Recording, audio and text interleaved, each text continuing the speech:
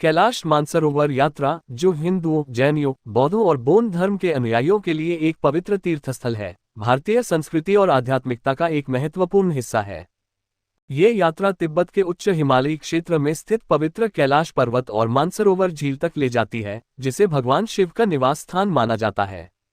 हालांकि ये यात्रा पिछले 5 वर्षों से कोविड-19 महामारी और भारत चीन के बीच सीमा तनाव के कारण रुकी हुई थी। लेकिन 2025 में प्रधानमंत्री नरेंद्र मोदी के नेतृत्व में भारत सरकार ने इस यात्रा को फिर से शुरू करने में महत्वपूर्ण सफलता हासिल की। इस उपलब्धि को लेकर मीडिया और सोशल मीडिया पर यह चर्चा जोरों पर है कि मोदी का वो काम कि चीन भी वेलकम करने लग गया। इस लेख में हम इस उपलब्धि के पीछे के प्रयासों, इसके महत्व और भारत-चीन संबंधों पर इसके प्रभाव को विस्तार से समझेंगे। कैलाश मानसरोवर यात्रा का महत्व। कैलाश मानसरोवर यात्रा न केवल धार्मिक बल्कि सांस्कृतिक और भौगोलिक दृष्टिकोण से भी महत्वपूर्ण है। कैलाश पर्वत, जिसे हिंदू धर्म में भगवान शिव का निवास माना जाता है, 6,638 मीटर की ऊंचाई पर स्थित है। मानसरोवर झील, जो 4,590 मीटर की ऊंचाई पर है, दुनिया की सबसे ऊंची मीठे पानी की झीलों में से एक है। हिंदू मान्यताओं के अनुसार इस झील का जल पीने से पिछले 100 जन्मों के पाप धुल जाते हैं। ये यात्रा कठिन है क्योंकि इसमें उच्च ऊंचाई, कठोर मौसम और दुर्गम रास्तों का सामना करना पड़ता है। फिर भी हर साल हजारों श्रद्धालु इस यात्रा को पूरा करने के लिए उत्साहित रहते हैं। 5 साल का ठहराव, कारण और चुनौतियां। कैलाश मानसरोवर यात्रा 2020 से बंद थी।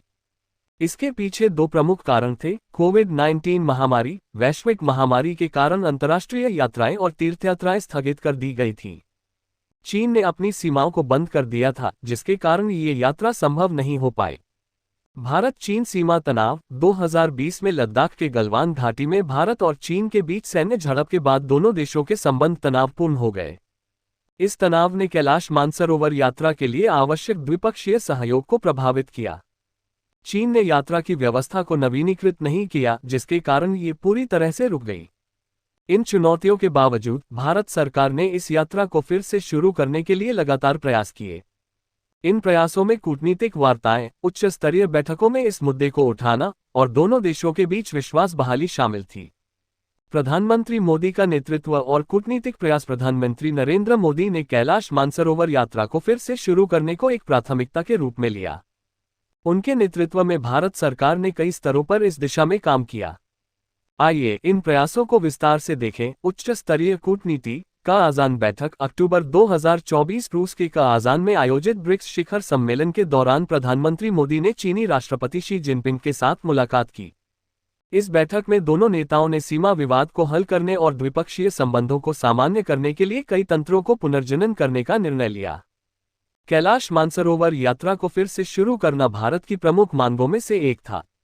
विदेश सचिव की बीजिंग यात्रा। जनवरी 2025। विदेश सचिव विक्रम मिस्री ने जनवरी 2025 में बीजिंग का दौरा किया और अपने चीनी समकक्ष सुन वेइदोंग के साथ बातचीत की। इस बैठक में यात्रा को फिर से शुरू करने और अन्य जन केंद्रित कदमों पर सहमति बनी। G20 और विशेष प्रतिनिधि बैठकें। विदेश मंत्री एस जयशंकर ने G20 शिखर सम्मेलन 18 नवंबर 2024, रियो डी जेनेरियो और G20 विदेश मंत्रियों की बैठक 20-21 फरवरी 2025, जोहान्सबर्ग के दौरान अपने चीनी समकक्ष के साथ इस मुद्दे को उठाया। इसके अलावा 18 दिसंबर 2024 को बीजिंग में भारत चीन सीमा प्रश्न पर विशेष प्रतिनिधियों की 23वीं बैठक में भी इस पर चर्चा हुई। सीमा पर तनाव कम करना। अक्टूबर 2024 में डेमचोक और देपसांग में सैन्य विघटन पर समझौता हुआ, जिसने दोनों देशों के बीच विश्वास बहाली की दिशा में एक महत्वपूर्ण कदम उठाया। इस समझौते ने यात्रा को फिर से शुरू करने के लिए अनुकूल माहौल बनाया। इस कूटनीतिक सफलता ने दोनों देशों के बीच सहयोग के अन्य क्षेत्रों, जैसे नदियों के जल डेटा साझा करना और सीधी उड़ानों को बहाल करना, को भी बढ़ावा दिया। चीन की ओर से सकारात्मक प्रतिक्रिया। मई 2025 में चीनी दूतावास की प्रवक्ता यू जिंग ने 750 भारतीय तीर्थयात्रियों को बधाई दी, जो इस यात्रा के लिए चुने गए थे। उन्होंने अपने एक्स पोस्ट पर लिखा, कैलाश मानसरोवर यात्रा के लिए चुने गए 750 भारतीय मित्रों को हार्दिक बधाई। उम्मीद है कि वे न केवल आध्यात्मिक रूप से समृद्ध होंगे, बल्कि चीनी लोगों की मेहमान नवाजी का भी आनंद लें। ये बयान दर्शाता है कि भारत के कूटनीतिक प्रयासों ने चीन को न केवल यात्रा को फिर से शुरू करने के लिए सहमत करने में सफलता हासिल की, बल्कि उसका सकारात्मक सहयोग भी प्राप्त किया। यात्रा की शुरुआत और व्यवस्थाएं। कैलाश मानसरोवर यात्रा 2025 में 2 मार्गों के माध्यम से शुरू हुई है। लिपुलेख पास उत्तराखंड। यह मार्ग उत्तराखंड के पिथौरागढ़ जिले से शुरू होता है। 30 जून 2025 से शुरू होने वाली यात्रा में इस मार्ग से 250 तीर्थयात्री 5 बैचों में 50-50 के समूह में यात्रा करेंगे। पहली बार तीर्थयात्री लिपुलेख पास तक वाहनों से जाएंगे, जिससे कठिन ट्रैकिंग की आवश्यकता कम होगी। पिथौरागढ़ के जिला मजिस्ट्रेट विनोद गोस्वामी ने बताया कि यात्रियों के लिए गूंजी में बेस हॉस्पिटल स्तर की चिकित्सा सुविधाएं और सभी शिविरों में बेहतर आवास की व्यवस्था की गई है। नाथुला पास सिक्किम के नाथुला पास से पहला जत्था 20 जून 2025 को सिक्किम के राज्यपाल ओम प्रकाश माथुर द्वारा रवाना किया गया। इस मार्ग से 10 बैच प्रत्येक में 50-50 तीर्थयात्री यात्रा करेंगे।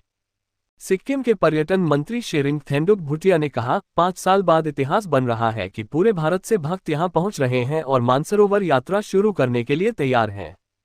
यात्रा की विशेषताएं और सुविधाएं। कड़े स्वास्थ्य मानदंड। यात्रा की कठिनाई को देखते हुए तीर्थयात्रियों का चयन सख्त स्वास्थ्य और दस्तावेज जांच के बाद किया गया है। उच्च ऊंचाई प्रशिक्षण और चिकित्सा जांच अनिवार्य की गई है। शाकाहारी भोजन। यात्रा के दौरान शुद्ध शाकाहारी भोजन उपलब्ध कराया जाता है, जिसे समर्पित रसोई कर्मचारी तैयार करते हैं। आधुनिक सुविधाएं। दोनों मार्गों पर बुनियादी ढांचे को उन्नत किया गया है, जिसमें सड़कें, आवास और चिकित्सा केंद्र शामिल हैं।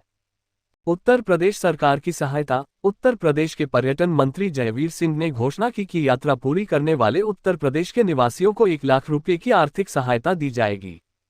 भारत चीन संबंधों पर प्रभाव। कैलाश मानसरोवर यात्रा की पुनर्वैरी भारत और चीन के बीच विश्वास और सहयोग को बढ़ाने की दिशा में एक महत्वपूर्ण कदम है।